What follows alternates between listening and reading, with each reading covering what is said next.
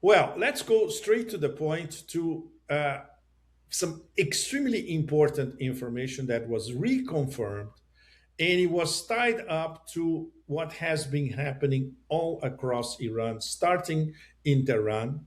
The absolutely amazing scenes of millions of people in the streets of Tehran in the funeral procession of martyr leader Ayatollah Khamenei, then going to Qom and Najaf and Karbala, and culminating in Mashhad in eastern Iran on Thursday. These images are absolutely mind-boggling for the whole planet, for the global south, and many people from the global south are following it. And of course, for the global north, or what I call the NATO stand space, which is not even there. And their media, of course, are ignoring what's happening in the streets of Iran. Very, very important is the quality and the depth of international delegations that went into Iran to pay their respects to late leader Ayatollah Khamenei. Over 100 countries from the global south, virtually nobody from the NATO stand space, from the West, from the warmongering West. So we are having repercussions of this manifestation of respect by the Iranian population all across the global south. You can see this in Africa, in Southeast Asia, in Russia, in China, in Latin America. And one of these delegations was particularly important. It was the Pakistani delegation, where we had the Prime Minister of Pakistan, Shehbaz Sharif, and the Chief of the Army, Field Marshal Asim Munir. Why this was particularly impressive? Because Pakistan sent Field Marshal Asim Munir to talk directly to both the political vector and the military vector of the Iranian leadership. So he met with Ghalibaf, Arakshi, and Pezeshkian, the civil vector, but he also met with his very good connections at the top of the IRGC. And one of the key issues that they were discussing, if not the key issue, is how to revive the MOU, the Memorandum of Understanding, which, once again, until this weekend, many of us thought that, okay, this cat is already dead. So, considering this is immensely sensitive information that comes directly from the players involved, what we can say for sure are essentially five things. Number one, during these conversations in Tehran, linked to the ceremonies of the funeral of Ayatollah Khamenei, Pakistan revived the MOU. And the MOU basically now is back in play. So indirect talks are going to resume soon after July 9, which is the last day of the ceremonies. There's a tentative date that this could all restart again on July 11th in Islamabad. And very, very important, the Iranian leadership, this means the political arm and the military arm, they both accepted the offer of Pakistani security for an Iranian delegation to fly to Islamabad and restart the indirect talks. So let's call it Pakistani protection, but it's much more complicated than that. This means that Islamabad now is directly involved in the security of the Iranian delegations. And this after we had many instances that we covered here at Transition Protocol of Israeli plots to either attack Iranian delegations part of the MOU, but also the Pakistani delegations that went to Burgenstock in Switzerland. So this is a completely different game now. Pakistan is deeply involved. Iran accepted this involvement, and this strategic realignment and this closeness between the highest levels of government in both Tehran and Islamabad now, it's a fact. Of course, there are all the imponderables, and I would love Larry to go through it, which is considering what the President of the United States has been saying in the middle of the most extraordinary funeral ceremonies in recent history anywhere. One of the things he said is that, oh, they're all there in the same place. We could, just shoot them all, but then there will be nobody else to discuss. So I'll leave to all of you the crassness of this remark, even considering the fact that the President of the United States doesn't even remember what he said 5 seconds ago. But it's on the public record now. This means that he doesn't consider the leadership in Iran, political and military, worthy of a negotiation. So, Larry, now it's up to you to decode what goes on inside the brain of Donald Trump, which is, I'm giving you a Trojan horse. Boy, that's a deep, dark assignment. I was talking earlier today that Pepe and I have a mutual friend, Nima, and I had not heard Bibi Netanyahu's comments, but I said to Nima in jest, I said, well, you know what this funeral proves? This funeral proves that the West is right, that the Ayatollah Ali Khamenei was very unpopular because only 14 million people showed up. That means that 76 million other people didn't. Now, that ignores the fact that this was just in Tehran, and Tehran has a population of 16 million. So actually, you can make the case that more than 80% of the people in that city showed up. The young children stayed away, probably the elderly stayed away, but a massive, massive turnout. And so I was joking with him, but then he played a clip of Netanyahu saying that same stupid stuff, but actually being serious about it. Oh, this proves the Islamic regime is unpopular. So we're dealing in a world of grand delusion and lies, perpetual lies. The fact of the matter is that what is taking place this week is unprecedented in the history of the world, not just the history of the 21st century or the 20th century. The previous, according to the Guinness Book of World Records, the previous record for the largest assembly of people for a funeral was 1989, the funeral of the Ayatollah Khamenei. Now, the Ayatollah Ali Sayyid Ali Khamenei is breaking that record substantially. And both in terms of the presence of world leaders and the number of people that have turned out to mourn his passing. And I don't think the West fully appreciates the significance of this moment because, again, in talking to Nima, who's now 42, 43 years old, age of my son, he was born during the midst of the Iran-Iraq War. Mm-hmm. And so if you think about it in terms of Iranian society, it's only people who are 56 years of age and older that have some memory of that towards the end.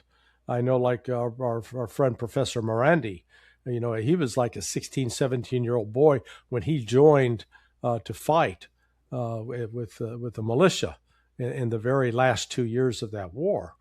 So everybody who's under the age of 55, they really have no vivid memory of that. Now, today, you're looking at people from the age of 15 up, that this is a memory that's going to be with them.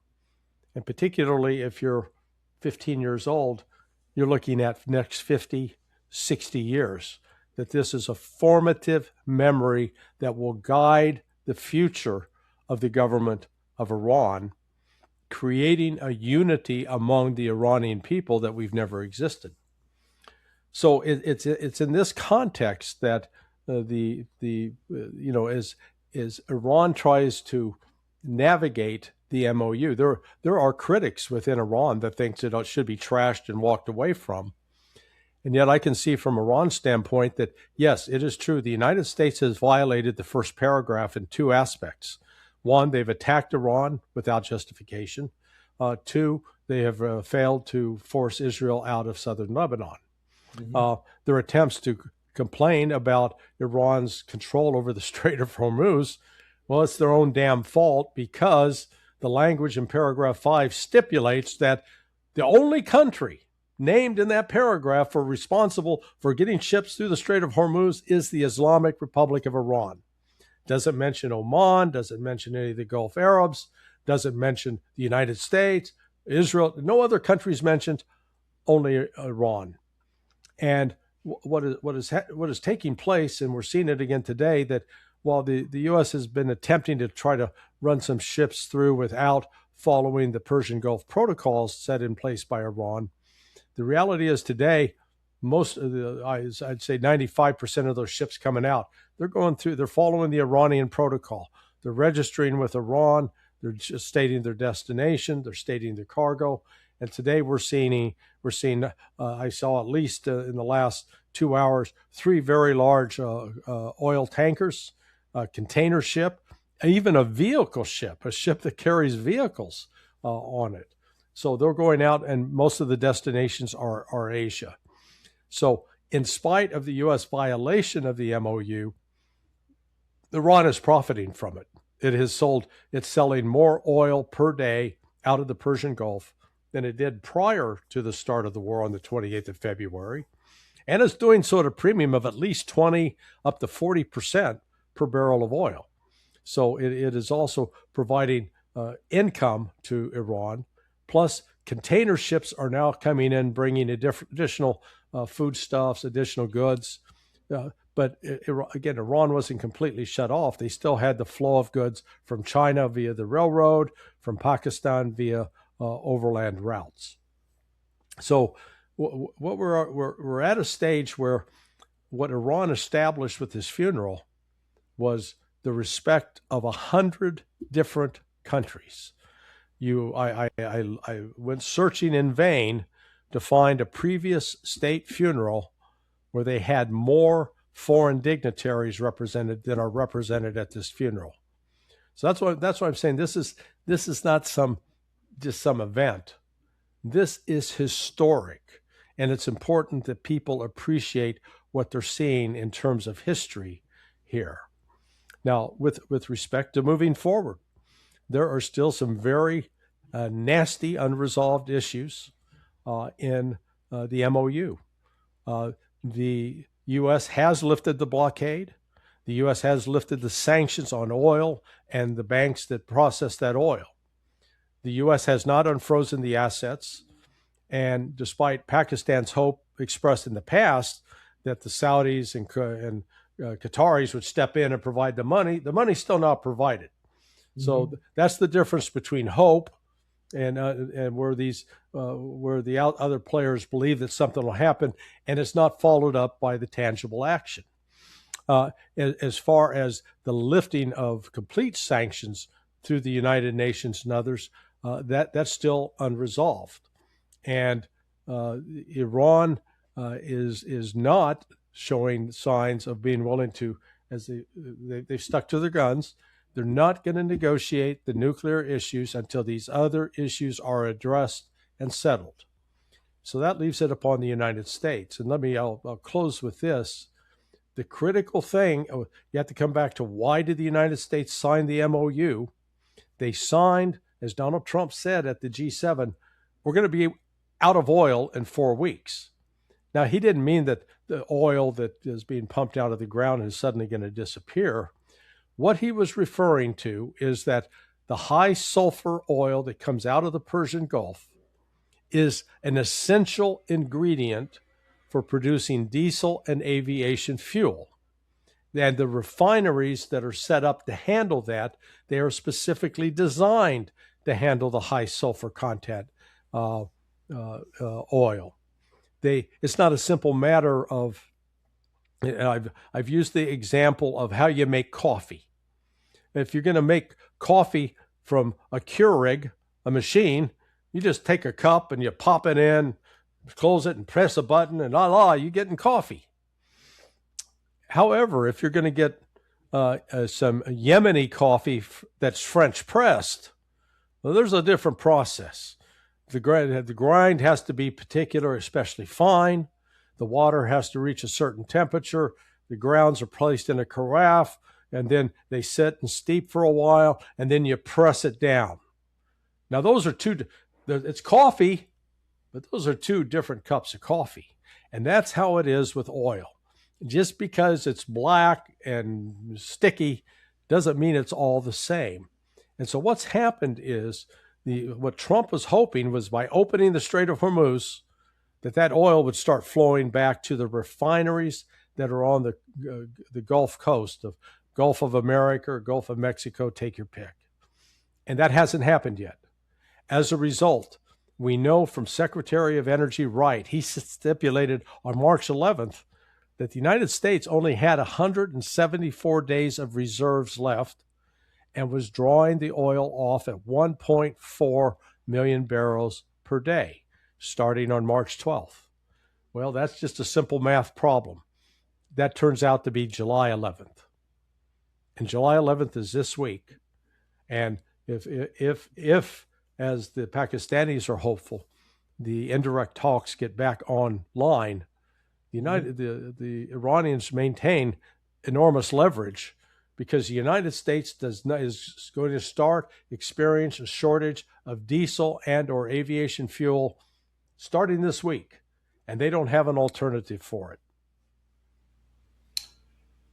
Mr. Z, considering the big picture, exactly, Yes. and it has everything to do with the depletion of the strategic petroleum reserves. The Pakistani, there's a way of putting it. The insiders in the Pakistani establishment who are conducting this possible rapprochement 2.0 leading to the revival of the MOU. Do they expect these negotiations, which might start, let's say, July 11 in Islamabad, to be realistic? Or once again, do they expect the Americans to keep playing for time over and over again? And of course, this means not respecting key paragraphs of the MOU that they signed, that their president signed. I've had multiple conversations with people who are responsible for what is going on, and and I did that because it is essential for us in this channel to report what we believe to be the truth and what we believe to be the unvarnished truth. And for that reason, I made it my responsibility to even get up in the middle of the night to have these conversations. And from everything that I know, I am not able to divine the future, but I'm able to tell you based upon my 4 decades of active involvement in U.S.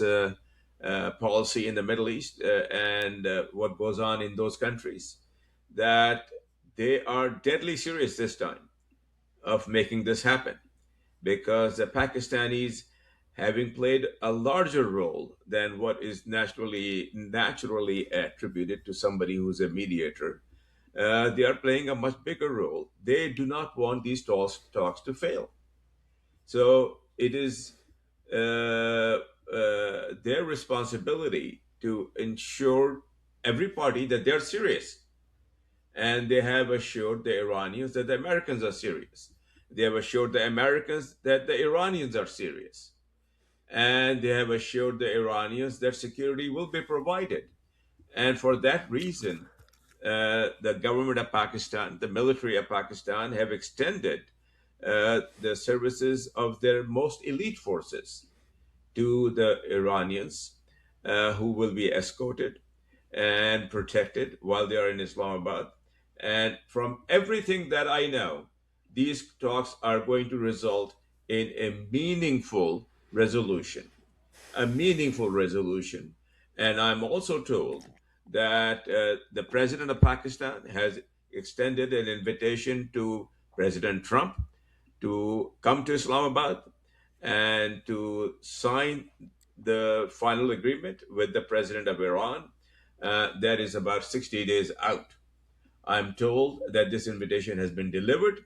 I'm told that this invitation is under consideration, and that if these talks that are scheduled for July 11th, which is just a couple of days out, take place and continue in good faith, that they will result in a resolution, which will be signed by President Trump and President Pezeshkian in Islamabad. Uh, from everything that I'm told, this is what I can tell my audiences. This is what I can tell you, Pepe, and tell you, Larry. You have tremendous experience that I respect in the news business, in the security, in the CIA business. For you, Larry, you can understand and interpret the way that you wish to interpret. One additional factor that I would like to add to this for everybody's consideration, that this was not a fait accompli. This was not done until there was a face to face between Asim Munir, the field marshal, the Prime Minister Shehbaz Sharif, and Mohsin Naqvi, whose role is always underplayed, but it's actually a very big role because he represents 40 million Shiite people and highly respected in the Iranian clergy circles, who were in Tehran for the funeral. And there was a face to face between these gentlemen and the Iranian leadership and the IRGC. And the decision was made at that time. Exactly. So just An additional. reconfirm what I said before, and now you are saying it. This was clinched on Saturday, face to face between the top level Pakistani delegation and the political and military arms of the new Iranian government. Uh, that is absolutely confirmed, 100% confirmed over and over again. And additionally, what is more confirmed than that is that soon thereafter, because security came into the responsibility of Pakistan, that the appropriate machinery in Pakistan was activated immediately, that second. And this security was then extended to Iranian leadership so that they feel secure that yes, they can come to Islamabad and yes, they can meet with the Americans in good faith. Well, now So it's a big deal. there's a complicating factor. Do the Iranian leadership really believes that this could go somewhere? Would they take the trouble to once Yeah. again leave Iran, go to Islamabad, in the hopes that this is going to be a meaningful dialogue? Please What understand what that the what Iranians what refused to could, go to Qatar. what no, what could prove to them that this is a worthwhile endeavor? What's the difference Uh, now compared to a week ago?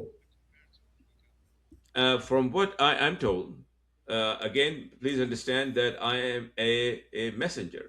I am a courier, but I have the good fortune and the privilege of speaking with some people who are in the room and some people who are making decisions. From what I'm told, they trust the Pakistanis to provide the necessary security, and they trust the Pakistanis to have the necessary a influence in a good way, not in a negative connotation, with the Americans, especially Mr. Trump. They expect Field Marshal to have the ability to speak to Mr. Trump and say to Mr. Trump that here is your opportunity, take this deal. Yeah, this is your only off Otherwise, ramp. There's no other off yes, ramps in the market. there is no other off ramp. And if you don't take this deal, uh, some very bad things will happen. I mean, that is to put it mildly. So they trust the Pakistanis with a security for themselves because they have been attacked, and everybody knows about that. So they trust the Pakistanis to provide the protection. And on top of that, they trust Field Marshal to have the gravitas to talk to Mr. Trump and say, Mr. Trump, here is an opportunity to exit with dignity. Well, let me interject here. So, basically, for those of you listening or watching, or both, what we're telling you is, if you want to have some sense of what's going on, this is what you need to look for Thursday, which or Friday the 11th, and I guess Saturday the 11th. Yeah, it's going to be a Saturday. 11th is going to be a Saturday. Yes, the Saturday the 11th. If the United States and Iranian delegations arrive in Islamabad and they hold the indirect talks, or even better, hold direct talks, then you'll have an indicator that, in fact, at least efforts are underway to keep the MOU on track and to have a diplomatic settlement. If that meeting does not take place, despite the efforts of others, including Pakistan, to make it happen, and then that will be an indicator that the MOU is in trouble. I mean, it's already in trouble, but it's not dead. So it's one of those things that, none of us are prophets here. And despite knowing what the intentions of key players are, what they want to see happen, and what they're trying to make happen, all we can do is wait and watch to see, is Washington going to say, okay, yeah, we have to talk. We've got to sit down and talk with the Iranians, whether directly or indirectly, and we need to push this process along, because getting the MOU in firm shape is important to get a peaceful settlement. Because I guarantee you, I think the economy of the United States will be starting to suffer if there is not a negotiated settlement to this war. Let me add a couple of points that slipped my mind while you asked me that very pertinent question, Pepe, earlier. The Iranians were further very, very favorably impressed with some aspects of security that was extended to them by the Pakistani security services in respect to the ongoing funeral ceremonies of Ayatollah Khamenei. As most people know, there was an explicit threat extended by Israel of violence that would be perpetrated by Israel in this ceremony, especially targeting the son of Ayatollah Khamenei, the president supreme leader. And I'm not at liberty to discuss all the details of what Pakistan did, but what I can say is that the Iranians were very impressed with the abilities of Pakistan to get in place at the right time and to protect them from the threat that emanated from Israel. So that was extraordinarily impressive to the Iranians. Pakistani military intelligence, they intercepted a plot to kill Mojtaba Khamenei. This is beyond serious. It is absolutely correct. Not only beyond serious, it is 100% correct. Verified by me time and time and time again, by all the players who played a part. And you can just imagine who they are. Did this Not only they intercepted, did this information arrive at the White House, as far as you can tell? I can tell that it did arrive at the White House. I can tell that the White House was informed that if you don't call off Mr. Netanyahu and demand that he stand down, all hell will break loose. Exact words. All hell will break loose. The Omanis were asked to play a role, and the Qataris were asked to play a role, and they did play a role. So this is what tipped the balance in favor of Pakistan, as the as the party that would play a role in arranging a meeting, an indirect meeting between the Iranians and the Americans to pick up where they left in Bundestag. And from what I'm told, that while this was going on, the Pakistanis were also talking to their counterparts in the United States, the Americans, some of whom want the talks to go on, some Mhm. of whom are anxious for a good resolution, to say to them that this is a good moment because the Iranians are ready to engage with you. And we are here to provide you with a cocoon of security. Islamabad will be tight as a drum while this is going on. Yeah.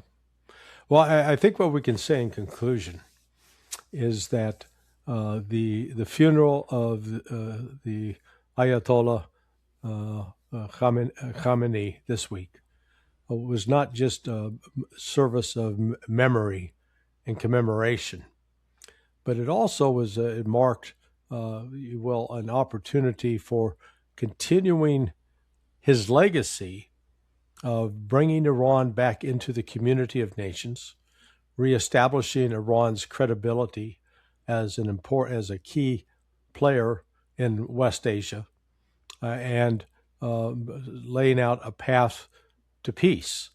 Because the ultimate desire of Iran is not to be at war with its neighbors, but to actually find a way of coexistence. And a critical player in all of this is Pakistan. And so our reason for talking about this is not to be portrayed as agents of Pakistan. I mean, the reality is what the reality is. The Pakistanis, to their credit, in conjunction with significant support from China, are playing a very critical role in trying to get a peace process underway that is going to take into account the de facto situation that currently exists in the Persian Gulf, which is the previous U.S. military presence, the heavy presence in Bahrain at the Fifth Fleet headquarters, the heavy presence at Al Udeid Air Force Base. Those forces have been withdrawn. Those bases now are only symbols of a past.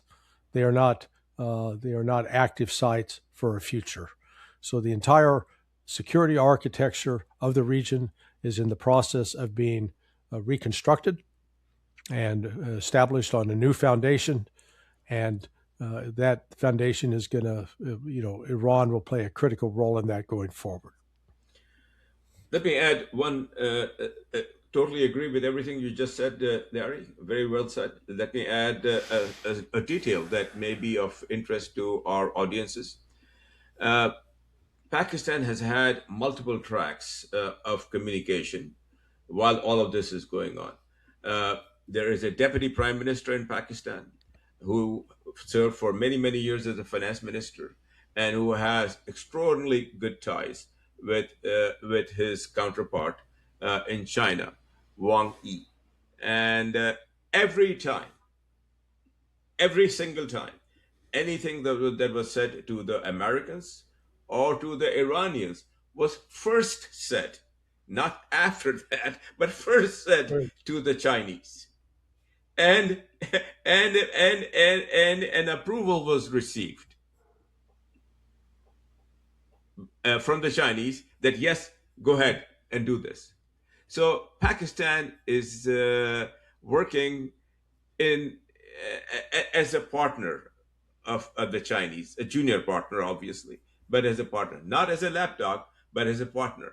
And the reason why they do that is because they do not want the signals from China, from Pakistan, to be anything other than completely, totally coordinated and on point. So whatever that Pakistan has said, Iran knows is backed by China. U.S. knows is backed by China. And also recently we know that it is blessed by Russia. So this is one So of all of the this plays a very important part. absolutely, because this is one of the Right. key consequences of the war launched by U.S. Israel against Iran. Is this reapproximation between West Asia, South Asia, and East Asia. This was definitely not in the plans of the White House or the Pentagon when they started as well. Talk about unintended consequences. Yes, Pepe and Larry, I will, before we conclude, I would just like to request you for a second to talk about the tectonic shift that is taking place right now. This is where my mind is always going as to where the center of gravity is going to be post this conflict, which is going to happen sooner or later. I mean, sooner in my hopes, and later if something goes wrong or it gets derailed. See, the center of gravity for the world power previously was the United States through their relationship with the proxy countries in the Middle East. But it is going to change. It has changed. Not going to change. It has changed. From my vantage point, it has changed, and it will continue to change. And this desire by the Zionist state for it to play an outsized role uh, is finished, is punctured, no longer there. So I just want to request you, because you have a tremendously valuable point of view, Pepe, to give me your opinion of this for our audiences. No, this is too long. Sorry. This is no, Just a summary, please. no, you cannot do this in 5 minutes, Zulfiqar. It's completely absurd. I've been writing about this for almost 2 decades, non-stop, practically every day in all my travels. I am the Silk Road guy, among other things, because I actually travel the old and the new Silk Roads.